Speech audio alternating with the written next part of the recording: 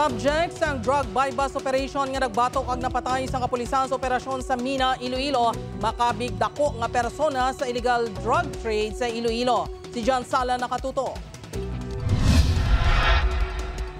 Dako nga kadulaan sa illegal drug trade sa probinsya sang Iloilo si alias Alni. Ang subject sa drug bypass operation sa barangay Badyangan, Mina, Iloilo nga napatay matapos ginalegar, nagbato sa mga operatiba. Suno sa Regional Police Drug Enforcement Unit 6, apisar nga malipot lang ang tion nga nagpakigbahin sa illegal drug trade si alias Alni.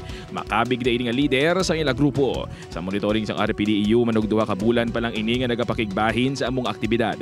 May mga ginamonitor na kita nga other crimes na gincommit niya. Ginatanaw na ito isa sa takok nga.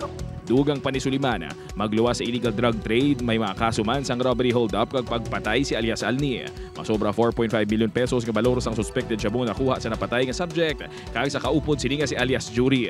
Nagasupply man sa illegal nga droga ang tuwa sa syudad sang Iloilo suno kay Suliman. Ginpasakaan na sang kaso si alias Jury nga sa karon yara sa kustodiya sang Mina Municipal Police Station.